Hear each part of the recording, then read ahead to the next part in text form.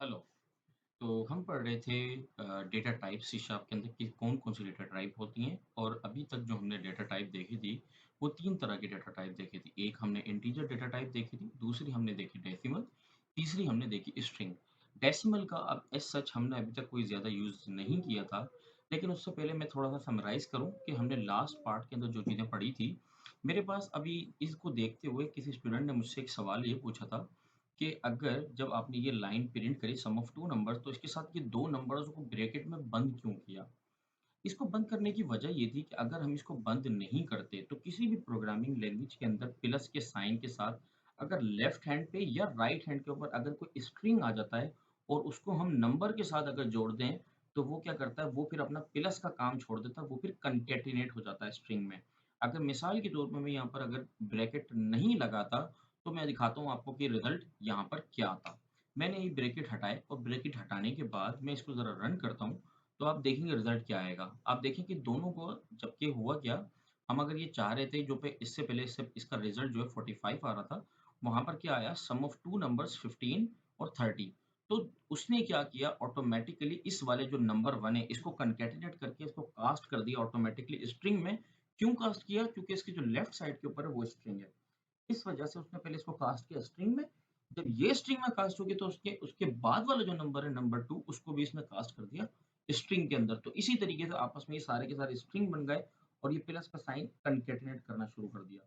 हमने यहाँ पर ब्रैकेट का पॉइंट ब्रैकेट इसीलिए लगाया था ताकि हमें जिस तरीके से मैथमेटिक्स में अगर होता है हमारे पास कि अगर उसकी प्रायोरिटी जो हमारे पास कोई इक्वेशन अगर होती है तो हमारे पास उसमें अगर हम ब्रैकेट में कोई चीज़ डाल देते हैं, तो सब चीज़ों को छोड़कर पहले ब्रैकेट वाली चीज़ों को सॉल्व किया जाता है। इसी तरीके से यहाँ पे ये है कि पहले जो ब्रैकेट के अंदर चीज़ें एग्ज़ीक्यूशन हुई, चाहे हम डिवाइड करें, चाहे मल्टीप्लाई करें या जो प्लस करें, तो पहले एग्ज़ीक्यूशन हमारी ब्रैकेट के अंदर वाली होगी, तो फिर क्या होता है नंबर 1, नंबर 2 दोनों प्लस हो जाते हैं आपस में और प्लस होने के बाद फिर वो कॉन्कैटिनेट होता है। तो इस तरीके से हमारा एक्सपेक्टेड रिज़ल्ट आ जाता है जो आउटपुट है। अच्छा थोड़ा-सा मैं इसको ज़ूम कर लेता हूँ ताकि आपको नज़र भी सही तरीके से आए।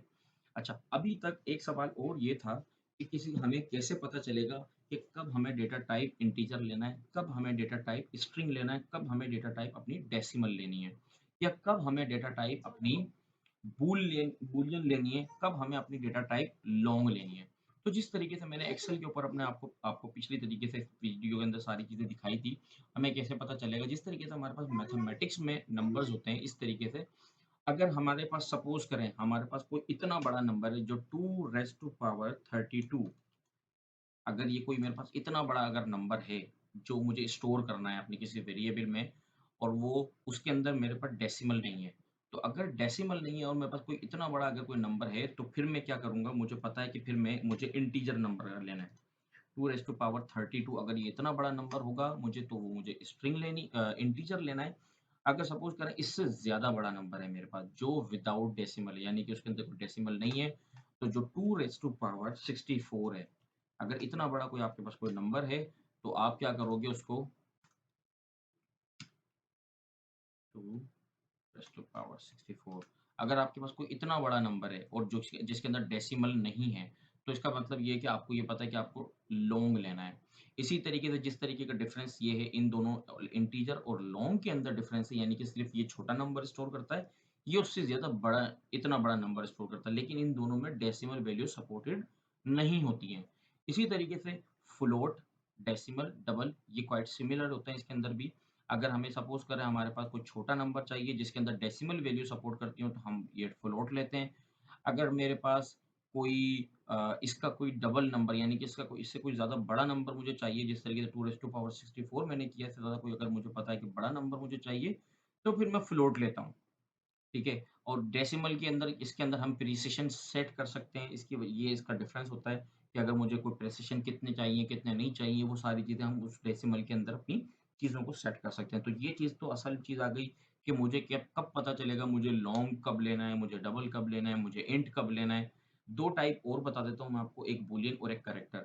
बूलियन हमारे पास क्या होता है, ये टाइप हम उस सूरत में बनाते हैं जिस सूरत में हमारे पास सिर्फ़ रिज़ल्ट हमें ट्रू या फ़ॉल्स की सूरत में चाहिए होता है। इसके अलावा इसका कोई काम नहीं होता, या तो ट्रू होता है इसका रिज़ल्ट या इसका फ़ॉल्स होता है, बस दैट्स इट। तो अब हमें थोड़ी-सी और एग्ज़ाम्पल अब प्रैक्टिस कर लेते हैं डबल की या डेसिमल की और किस तरीके से कि हमें हमारे पास कि कौन-कौन सी चीज़ें हमें किस तरीके से बना के किस तरीके से चलनी है। तो मैं इसको ज़रा कंटिन्यू करता हूँ, जिस तरीके से हमने लास्ट वीडियो के अंदर अपने डेसिमल की वैल्यू को यूज़ नहीं किया था, अभी हम डेसिमल को भी अच्छी तरीके से और यूज़ कर लेते हैं। मिसाल के तौर पे मैं एक वेरिएबल बनाता हूँ अपना जीएसटी करके। अच्छा, वेरिएबल के नाम जितने ज़्यादा आपके मीनिंगफुल होंगे, उतना ज़्यादा प्रोग्राम रीडेबल भी होगा और अंडरस्टैंडिंग भी होगी, जो अगर कोई पढ़ भी रहा होगा प्रोग्राम तो वो ज़्यादा अच्छा रहेगा। तो अगर मुझे क्या करना है, मुझे यहाँ पे 18% जीएसटी कैलकुलेट करनी है अपनी सैलरी के ऊपर। अच्छा, ये वेरिएबल मैं ज़रा यहाँ से कट करता हूँ और कट करके ज़रा यहाँ ले आता हूँ, क्योंकि इसका काम ऊपर नहीं है, इसका काम यहाँ पे मुझे नीचे करना है। तो अब मुझे क्या करना है, मुझे इसका अगर मुझे 18% इसकी जीएसटी निकालनी है, तो मैं क्या कर सकता हूँ, इसके ऊपर मैं करता हूँ एक var, var बना के मैंने इसको किया इसका इसका वेरिएबल का नाम बनाता हूँ मैं सैलरी अंडरस्कोर जीएसटी, जिससे मुझे ये पता चल रहा है मेरी सैलरी का जीएसटी काउंट हो रहा है। अब मुझे क्या करना है, मुझे 18% निकालना है इसका। तो 18% का फार्मूला क्या होता है मेरे पास, जो भी मेरे पास 18 है उसको डिवाइड करो 100 से, फिर मल्टीप्लाई कर दो एक्चुअल रकम से। तो मुझे क्या करना है, मुझे ये मैं क्या करता हूँ, जीएसटी डिवाइडेड बाय 100। ठीक है, हम यहाँ पर क्या करेंगे, हम ब्रैकेट यूज़ करेंगे यहाँ पर।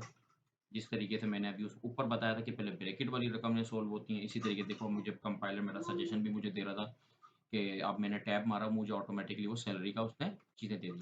अब अगर मैं यहाँ पर वार जाऊँगा, तो फिर मुझसे ये सवाल आ रहा होगा कि मैंने वार क्या यूज़ किया? ये तो मैंने कोई एक नई चीज़ यूज़ कर दी। ये चीज़ हम नॉर्मली उस सूरत में हम यूज़ करते हैं var के टाइप को, जब हमें पता नहीं होता कि डेटा टाइप जो रिज़ल्ट इसका सॉल्यूशन जब निकलेगा, जो इसका रिज़ल्ट निकलेगा वो क्या टाइप का निकलेगा। मुझे पता ही नहीं है क्या वो इंटीजर निकलेगा या वो डेसिमल निकलेगा या वो डबल निकलेगा। उस सूरत में हम एक डमी एक var बना देते हैं, कोई भी सूरत क्यों नहीं बनती। अगर मैं इसके ऊपर होवर करके दिखाऊँगा तो आपको ये आप देख सकते हैं इसके अंदर क्या दिखा रहा है ये सिस्टम डॉट डेसिमल। इसका मतलब ये है कि जब ये सॉल्यूशन जब सॉल्व होगा, तो इसके अंदर से डेसिमल की वैल्यूज़ निकलेंगी। ठीक है, तो मैं अब मुझे जब पता चल गया तो मैं क्या कर सकता हूँ, यहाँ पे इसकी डायरेक्ट एक डेसिमल वैल्यू बना सकता हूँ मैं इसके लिए। आप क्या, तो ये डेसिमल के लिए मेरे पास जीएसटी आ गया और मैं यहाँ पर अब इसको प्रिंट कर देता हूँ अपने पास console dot write line salary GST colon इस पे इज इक्वल टू और सैलरी जीएसटी। ये मैंने सैलरी जीएसटी निकाला और सैलरी जीएसटी करके मैंने यहाँ प्रिंट कर दिया अपने पास, और साथ-साथ मैं अपनी सैलरी भी प्रिंट कर देता हूँ।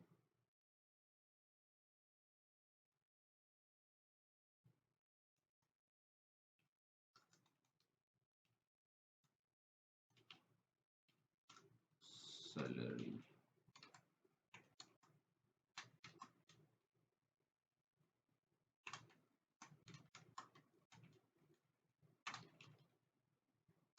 मेरी सैलरी हो गई और मैंने इसको थोड़ा-सा स्पेस दिया, फिर सैलरी जीएसटी जो भी मेरा कैलकुलेट होगा उसके ऊपर कैलकुलेट करके वो जीएसटी आ जाएगा।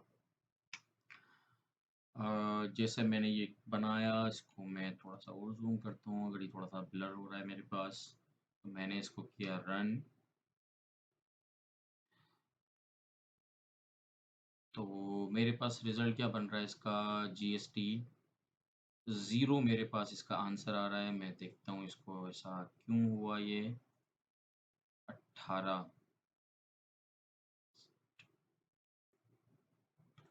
अच्छा, यहाँ मुझे ऐसा लग रहा है थोड़ा-सा फ़ॉर्मूले में मुझे चेंजेस करना पड़ेंगी।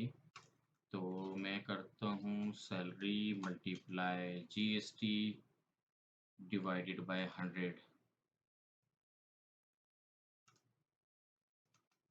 तो अब देखते हैं ज़रा क्या निकल के आता है हमारे पास। तो ये 45 हमारे पास 18% उसका निकल के आ गया 25,000 का। तो अभी आपने क्या देखा कि कौन-कौन सी टाइप हम किस-किस तरीके से यूज़ कर सकते हैं। लॉन्ग कब यूज़ करेंगे, इंटीजर कब यूज़ करेंगे। अगर मेरे पास ज़्यादा बड़ा नंबर रहेगा जो विदाउट डेसिमल होगा, तो मैं लॉन्ग यूज़ करूँगा। अगर मेरे पास कोई छोटा नंबर है जो 2 रेज़ टू पावर 32 का है लेकिन विदाउट डेसिमल है, तो मैं इंट यूज़ करूँगा। और एटसेट्रा बूल का मैंने आपको वर्बली बताया कि इसमें सिर्फ होता है क्या, अगर मैं थोड़ा-सा हाथ के हाथ में आपको दिखा दूँ, बूल मैंने रखा इज़ कंप्लीट प्रोसेस। तो बाय डिफ़ॉल्ट मैं यहाँ पे कर देता हूँ फ़ॉल्स, यहाँ पे ट्रू या फ़ॉल्स होता है एक चीज़। अगर सपोज़ करें मैं इसको ट्रू या फ़ॉल्स करने के बाद मैं एक अ, यहाँ पर एक ये कीवर्ड इसको एक यहाँ बनाता हूँ वेरिएबल, और यहाँ वेरिएबल बनाने के बाद इस कंप्लीट जो है इसको मैं करके कर देता हूँ इज़ इक्वल टू ट्रू। यानी कि मैंने इसको ये किया कि जब जैसे ही मेरा फ़ॉर्मूला ये कंप्लीट हो जाता है, तो मैंने उसको बोला ये ट्रू कर दो उसको वैल्यू को। तो मैं इसको ज़रा प्रिंट करके भी दिखा देता हूँ आपको। तो ये प्रिंट करते हुए भी सिर्फ़ ट्रू और फ़ॉल्स ही दिखाता है। तो ये आप थोड़ा-सा खुद भी करके देखें कि किस तरीके से ये प्रिंट करके दिखाता है आपको। फ़ॉल्स दिखाएगा, ट्रू किस तरह आएगा। अगर कोई क्वेश्चन्स होगा तो आप कमेंट में बता दें, मैं आपको रिप्लाई करता हूँ। Thank you.